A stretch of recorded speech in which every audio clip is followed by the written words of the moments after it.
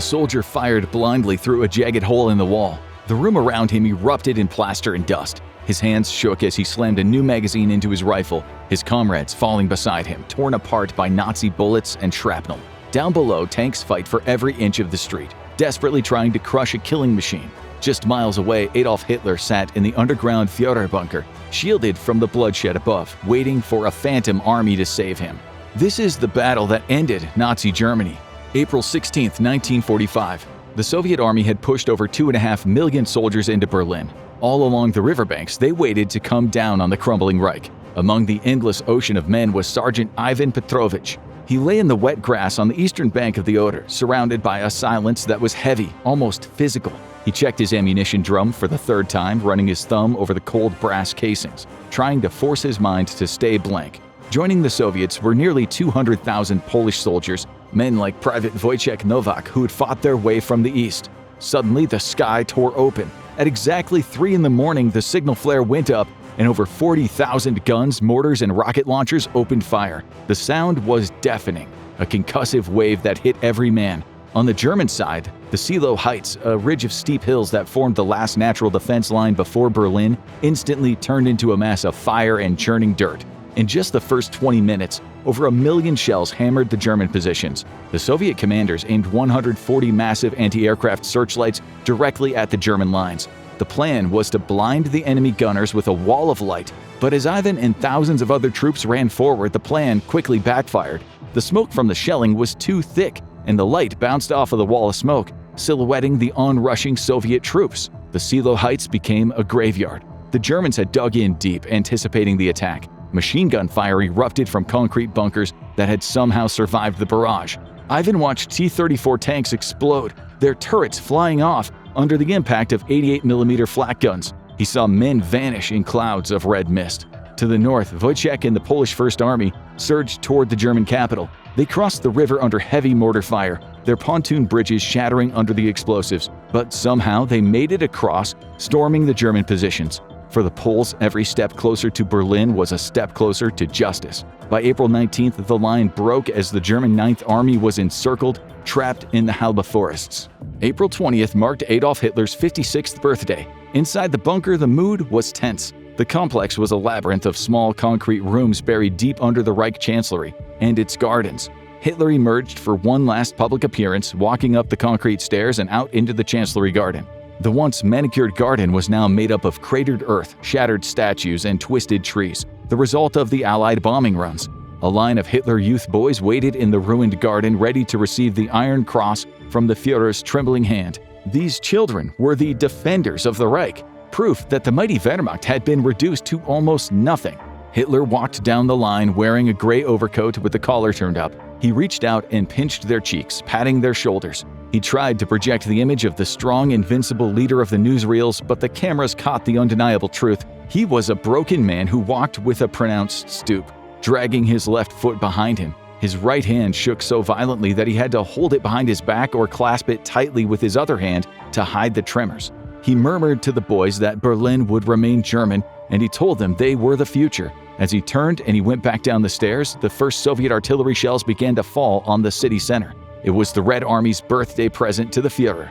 The Tiergarten, the expansive park in the center of the city, erupted in geysers of dirt and splintered wood. Back inside the bunker, top Nazi officials, Goebbels, Himmler, and Göring gathered, but the atmosphere was thick with tension.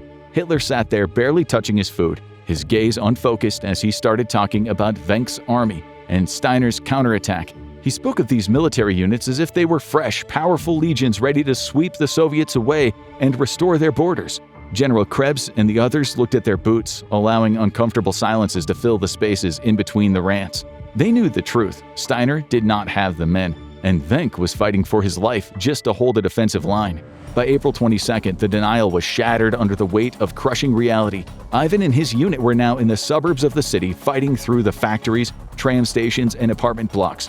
The resistance was disorganized, which made it all the more dangerous. They weren't fighting trained soldiers, they were fighting the Volkssturm, old men armed with hunting rifles and World War I pistols, and women with grenades. Every window was a threat and every cellar a potential ambush point.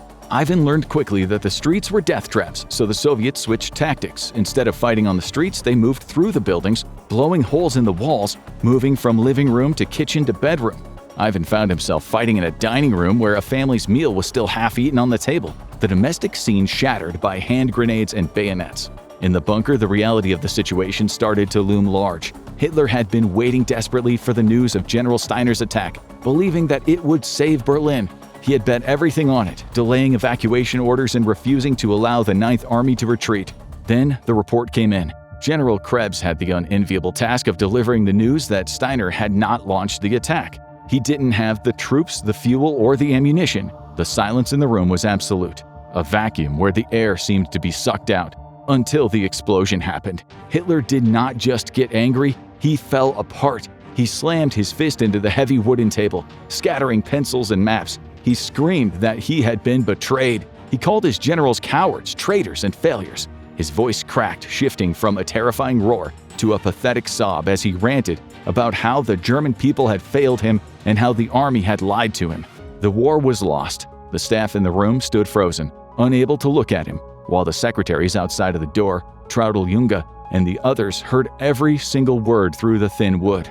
He slumped into his chair, looking small, defeated, and incredibly old, and he told them that everyone who wanted to leave could go, but he would stay in Berlin. He would meet his fate there, in the ruins of his capital. That night, the exodus began as the rats started fleeing the sinking ship. High-ranking officials packed their bags, loaded their cars with stolen treasures and documents, and sped off to the airfield.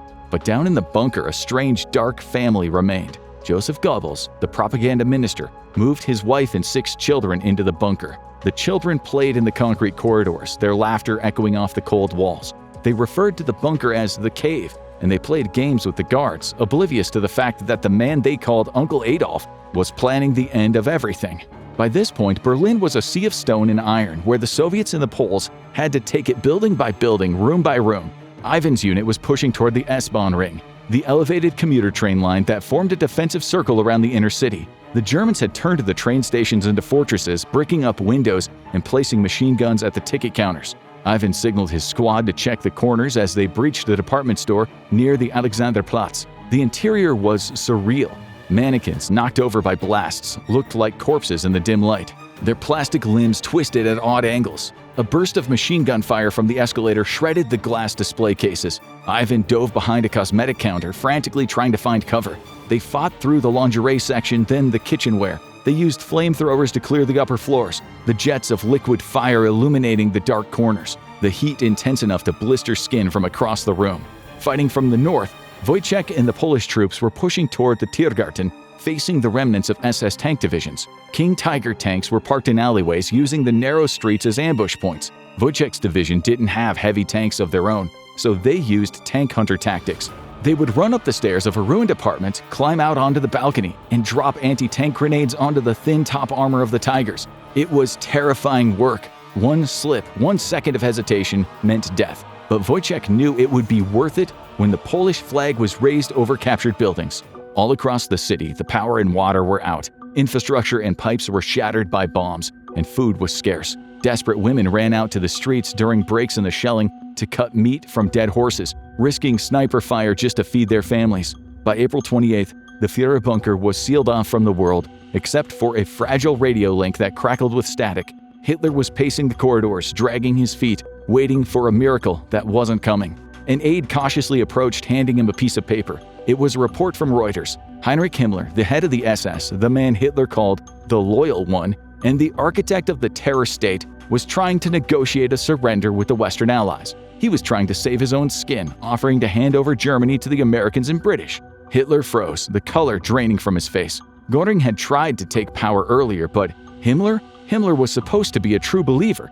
If Himmler was a traitor, who could be trusted? Was everyone plotting against him? Hitler turned his eyes to Hermann Fegelein, Himmler's representative in the bunker and the brother-in-law of Eva Braun.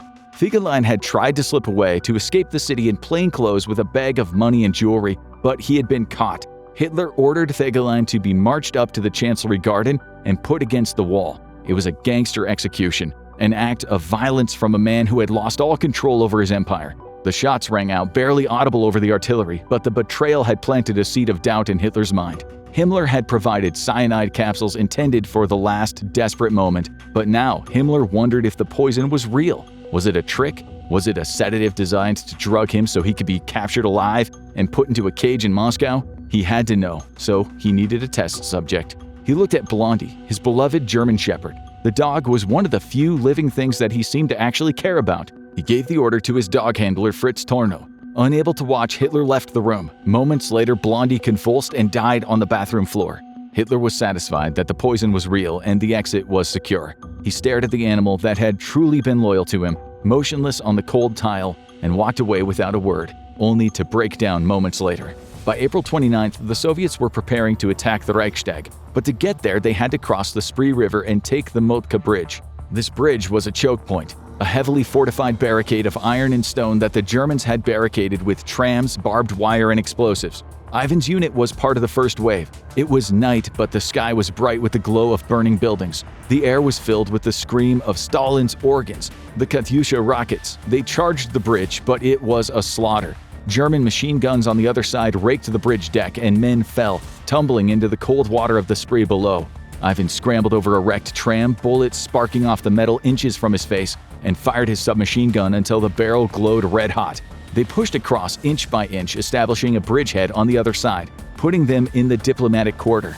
Their next objective was the Interior Ministry, widely known as Himmler's house. It was a massive, sprawling government building, a warren of offices and corridors. The fight for the Interior Ministry was savage. The Soviets and the SS fought room by room, hurling grenades through transoms and firing up through the floorboards. Ivan found himself in a grand office, the walls lined with legal books, where an SS officer charged him with a knife. Ivan didn't have the time to reload, so he swung the heavy wooden stock of his gun, connecting with the man's jaw. They grappled on the floor, rolling over shattered glass and spilled ink until Ivan managed to pull his knife. The SS officer clawed at Ivan's face in desperation, but it was pointless. Ivan plunged the blade down with a sickening thud. It was over quickly. He lay on the floor, gasping for breath, and then the order came to move up and secure the roof. While Ivan was fighting for his life in the Interior Ministry, a surreal scene was unfolding in the bunker. The Soviets were less than a mile away. The individual rifle shots from outside could be heard. Explosions rocked the walls. Hitler decided it was time to put his affairs in order and dictated his last will and testament to his secretary, Traudl Junge. In the conference room, with dust falling from the ceiling every time a shell hit, he ranted one last time. He did not take responsibility, nor did he admit he was wrong. He blamed the Jews, the generals, and the German people for not being strong enough to support his vision. Then he did something that stunned the staff. He decided to get married. Eva Braun had been his companion for years, kept in the shadows, a secret mistress hidden from the public eye. A local official, a low-level city councilor named Walter Wagner, was fighting in the Volksstrom nearby. He was dragged out of a trench, bewildered, covered in dust, and terrified, and brought to the bunker to perform the ceremony. In the small map room, Hitler and Eva stood together with Goebbels and Bormann standing as witnesses. They signed the marriage certificate. Eva started to write Eva Braun and then stopped, crossed out the B and wrote Eva Hitler. They had a small reception afterward in the bunker's corridor, drinking champagne and eating sandwiches, but nobody smiled. April 30th. Dawn broke over the Reichstag building as smoke billowed from its roof. The windows were bricked up, turning it into a fortress. It was the symbolic heart of the Third Reich. Ivan looked at it through his binoculars from the windows of the Interior Ministry. It was the target, the end of the road, the open ground in front of the Reichstag. The Königsplatz was a kill zone flooded with water from severed pipes and crisscrossed with trenches. To the right stood the Kroll Opera House, infested with snipers, and behind it rose the massive Zoo Flak Tower, its 128mm anti-aircraft guns lowered to fire directly at the Soviet infantry. The Soviet artillery opened up, dozens of guns focusing their fire on the building until the front began to crumble under their impacts. Then the infantry charged. Ivan ran, his boots sinking into the mud. Men fell all around him, cut down by the lead from the flak tower. The air was thick with shrapnel. Ivan dove into a water-filled anti-tank ditch, the water turning red around him. They reached the steps and blew open the massive doors with grenades. The battle moved inside, becoming savage, close-quarters warfare. They fought in the hallways, in the assembly hall, and in the flooded basement. The air was thick with smoke and the screams of men fighting with knives, spades, and bare hands. Ivan took cover behind a marble statue that had lost its head. A German soldier appeared high above on the balcony, so Ivan opened up, firing wildly. The German fell, tumbling over the railing to the marble floor below. They pushed up the stairs toward the roof. By the evening of April 30th, a group of Soviet scouts reached the top. The dome was a twisted skeleton of steel and glass, open to the sky. Under heavy fire, they crawled to the edge of the parapet. There, they unfurled the banner. The red flag with a hammer and sickle snapped in the wind against the smoky sky. Down below, the soldiers cheered. It was the signal. The flag flying over the Reichstag meant the heart of Nazi Germany had stopped beating. While the red banner snapped in the wind above the Reichstag, the atmosphere inside the bunker shifted. It was the afternoon of April 30th. Hitler sat down for his last meal, a simple lunch of spaghetti with a light tomato sauce. He ate with his secretaries, calm and almost detached. He knew the Russians were only a few blocks away, and if they caught him, he would be put in a cage and paraded through Moscow. He was not going to let that happen. He finished his meal and called his closest staff together in the corridor. Magda Goebbels, eyes red and swollen, rushed forward and fell to her knees, pleading with him one last time to leave the city, to try to escape. Hitler looked at her with cold, dead eyes and shook his head slowly. He turned to his valet, Heinz Linge, and his SS adjutant, Otto Gunsche, and he gave them a specific hushed order regarding what was to be done with his remains. He did not want to leave a trace for Stalin to find. Then he and Eva Braun turned away from the group and walked toward the heavy steel door of his private study. The heavy door clinked shut behind them. The lock turned with a metallic thud. May 1st turned into May 2nd. The relentless bombardment, which had gone on for weeks, began to fade. Ivan Petrovich was crouching behind a pile of rubble near the Brandenburg Gate, waiting for the order to advance. He gripped his rifle, his ears ringing, waiting for the next barrage. It never came. Instead, a voice crackled over a loudspeaker truck driving through the ruins. It was a German voice, sounding tired and broken. General Weidling orders the immediate cessation of all resistance. Ivan looked at his comrades. They were dirty, exhausted, hollow. They didn't cheer. They just slowly stood up, looking around warily. German resistance began to emerge from the cellars and the subway tunnels. They didn't come out firing. They just came out with their hands up. German soldiers, some of them just boys, threw their rifles into piles on the street. Wojciech stood with his unit near the Tiergarten and watched as a group of officers walked out of a command post, a white cloth tied to a stick waving above them. The fighting was over. He climbed the Victory Column, a massive monument to German military glory now scarred by war. Wojciech carried the Polish flag. He climbed past the bullet holes, past the bronze reliefs, and at the top he tied the white and red flag to the railing. He looked out over the ruined capital. He didn't feel joy, he felt relief. But there was still a burning question on everyone's mind. The soldiers, the commanders, and the world. They all asked the same thing.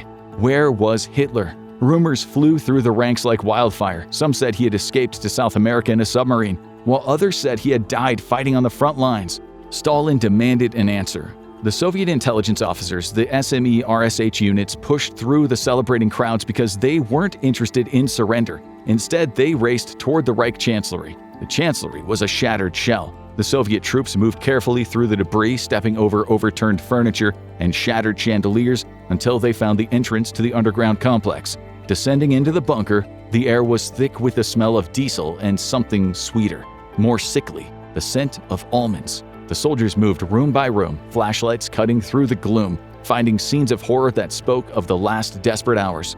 In the Goebbels quarters, they found the bodies of the children. Their parents were gone. The remaining generals, Krebs and Bergdorf, were found in the conference room, slumped over the table, having ended their own lives rather than face captivity. The place felt like a tomb, but the main prize was missing. The study was empty. The private quarters were empty. There was blood on the sofa, but no body. The intelligence officers interrogated the few survivors, the mechanics, the guards who had been too afraid to flee, who were terrified, pointing toward the garden. The officers rushed up the stairs to the emergency exit and stepped out into the Chancellery garden. The ground was churned up by shelling, a chaotic mess of mud and craters. They began to search, a grim scavenger hunt in the rain. And then near the bunker exit, inside a shell crater, a soldier noticed the earth had been disturbed, and there were signs of fire. Scorched earth, bits of charred fabric, and the smell of gasoline. They began to dig. Europe was in ruins. The rebuilding would take decades, and the scars would last for generations. But on that day, in May 1945, the guns stopped firing. The camps were liberated. The nightmare was over.